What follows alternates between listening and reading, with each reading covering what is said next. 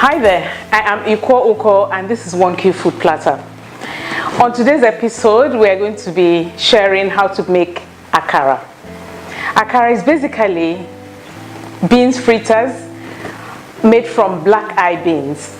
And this is a common dish in Nigeria. But you know, having this during the week sometimes is challenging for a lot of people. So you find out that in most homes, it is a weekend dish. But of course, you can find akara in any street corner and buy and make your ogi and have a great breakfast. You know, growing up, I remember in the neighborhood, you would hear something like akara mio, which is there's akara here. Or even in cities like Lagos, you know, in the suburbs, you hear akara reo, which means sort of fast food, but also we use it as breakfast. So here we go in terms of preparing akara. Okay, so you use the black eye beans. Some people prefer this one. I actually prefer this one because I think it's tastier. Even for these brown beans, there's one called honey beans and there's one called the regular brown beans, but I prefer the regular brown beans. You can use the white black eye beans. There's no problem with that. So then you soak this and you get the peeled beans. Of course, I know a lot of people are saying, why bother peeling? I mean, after all, you eat beans pottage. But the point is, you know, with the husk of the beans, sometimes your akara does not rise. You can't incorporate enough air into it. I mean, besides, if you're somebody who is troubled with flatulence when you eat beans, then of course it's better to peel it. So I peel, and what do? Sometimes I blend in my domestic blender or food processor, but if it's quite a lot, I then go to the neighborhood blender to get this blended. I mean, really, fixing akara is quite simple. I have already blended this, so it's good to go. All I need to do now is to whip some air into this. The other ingredients I need are onion, a bit of salt, some pepper. You can use the dry one or you can just chop up the scotch bonnet pepper and add, and some seasoning. And we're going to be having our akara today with pap, corn pap. This is fermented pap called ogi. So we'll make the ogi later, but for now, let's get to whip some air into this.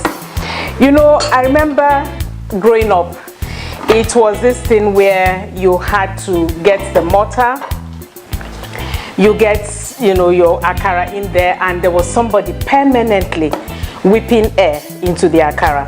But trust me, it worked for them.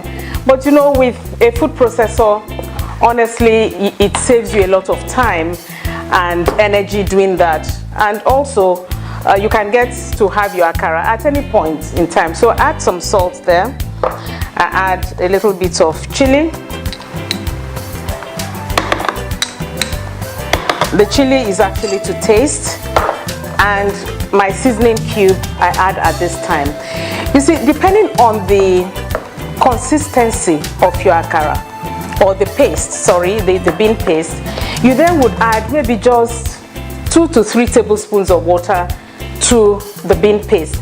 I usually do not blend my bean paste with water, just so that the akara is not watery. So let's blend, because this is actually to whip air into it.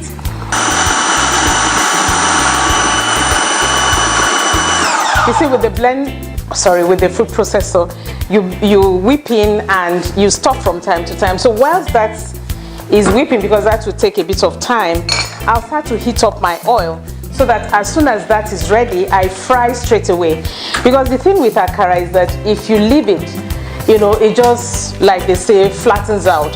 So you fry it whilst you have just beaten air into it.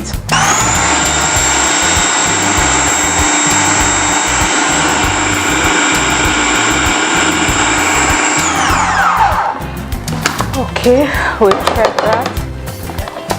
Yeah, you know, it's creamy, it's just drops off this food. I don't know, something about the way you can tell. It's now almost whitish. We've incorporated quite enough air into that.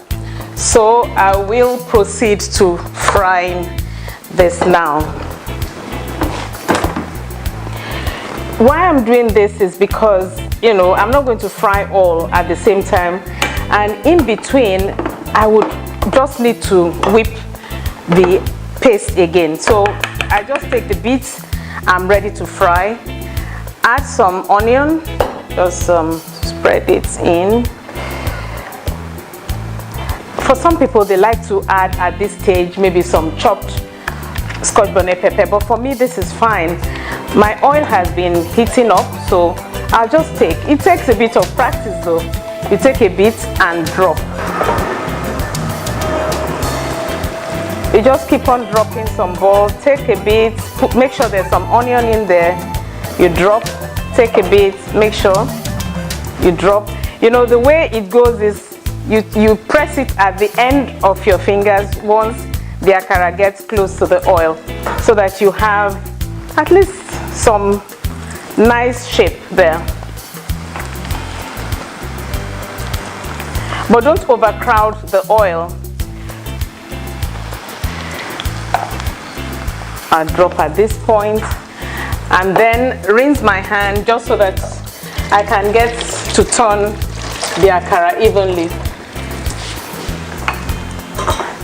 So make sure that you turn. You might just need to lower the heat so that the akara cooks through. It's basically playing with the akara just to be sure that it browns on all sides. Yes, in this I have some that are small, some that are big. It doesn't matter. It depends on the family as well. I mean, for the little ones, you give them the little balls, and for the adults, you give them the bigger balls. It basically takes something like 2 to 3 minutes for each batch to fry. And so when you have fried a batch, it's important that you lower the heat before adding the next batch. You know, the question is, where did akara originate? There's always this thing that it came from Brazil, and there they call it akara J, but we call it akara. And actually, when you check all through Nigeria, except for the north where it's called Kose, everybody calls it akara. From the east to the west is all akara. So, well, did we get it from the Brazilians? I don't know. Did the Brazilians get it from us? I don't know. What is important is that akara and ogi on a Saturday morning is always a winner. Always a winner. I think this is brown enough. We'll take it out and drop in a kitchen paper. I always advise this just to take off some of the oil. I lower the heat because I'm going to put in the next batch and then finish off frying. Okay, so that's the last bit we're frying, and then we serve warm or hot with ogi. So we'll just serve this up, and that's it for akara. So that's our offering for today, akara and ogi. We have other interesting recipes on our website, 1QFoodplatter.com, and also follow us on our food journey on Instagram and Facebook, all 1QFoodplatter.